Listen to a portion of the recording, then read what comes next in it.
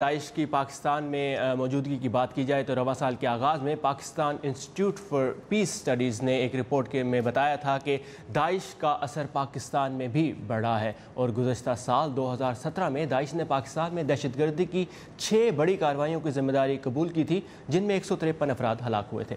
हालिया इंतखाबात के दौरान 13 जुलाई को बलोचिस्तान के इलाके मस्तोंग में एक बड़े हमले में 151 अफराद हलाक हुए, जबकि इंतखाबात के दिन 25 जुलाई को कोयटा में होने वाले एक हमले में 31 अफराद हलाक हुए और इन दोनों हमलों की ज़िम्मेदारी दाइश की तरफ से कबूल की गई थी। तो पाकिस्तान में नई हुकूमत को दाइश के ख़तरे समेत दहशतगर्दी से निमटने के लिए किन चैलेंजेस का सामना रहेगा, इस पर बात करेंगे वाशिंगटन में तज्ज़ियाकार आरिफ अंसार से। Arif, welcome to view 360।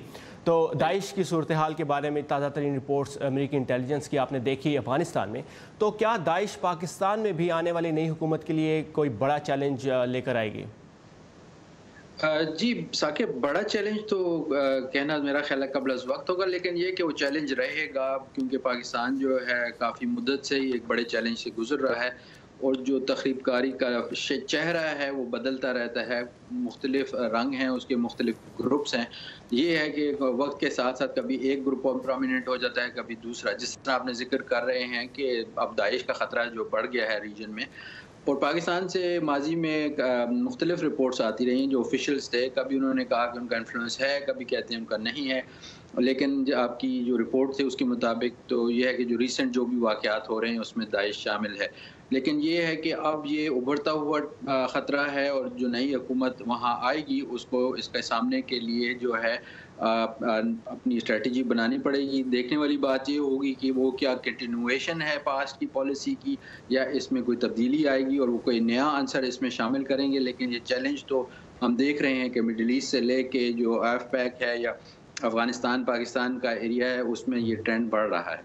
और अगर देखा जाए तो माजी में ये कहने के बावजूद कि दाइश का ख़तरा पाकिस्तान में नहीं, 2016 में सिक्योरिटी इदारों की तरफ से दाइश की मौजूदगी का एतराफ़ भी किया गया। और अगर इंतखाबात की बात करें, मौजूदा इंतखाबात में कुछ ऐसी तंजीमों ने, मजहबी और शिद्दत पसंद तंजीमें जो हैं उनके हिमायत याफ्ता सियासी उम्मीदवार सामने आए, उनको कुछ कामयाबी भी मिली। तो इस सूरत हाल में सियासी तौर पर भी उनको कुछ कामयाबी मिलने की सूरत में क्या दहशतगर्दी के ख़िलाफ़ जो कार्रवाइयाँ की जा रही हैं या हुकूमत जो करना चाहती है वो मुतासिर होंगी कोशिश है?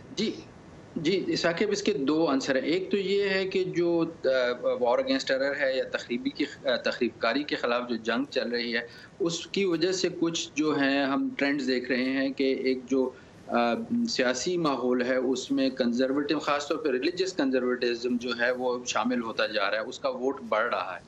और दूसरी तरफ है नेशनलिस्ट फोर्सेस जो हैं वो उनकी भी जो इन्फ्लुएंस है वो बढ़ रहे हैं।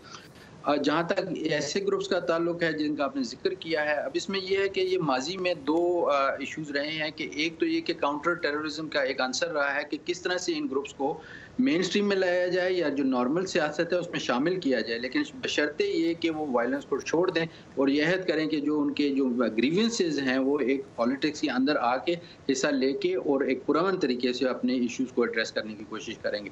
लेकिन दूसरी तरफ इसका ख़तरा जो रहता है हमेशा कि क्या ये तो नहीं कि वो सियासत में शामिल होकर अपने रुझानात को गवर्नमेंट के अंदर भी बढ़ाएंगे और हुकूमत की पॉलिसी को इन्फ्लुएंस करना शुरू कर देंगे।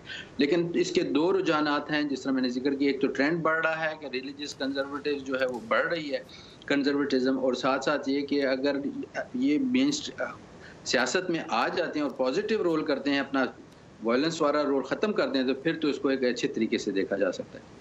आरिफ अंसार हमारे साथ थे। Thank you Arif for these insights. Thank you.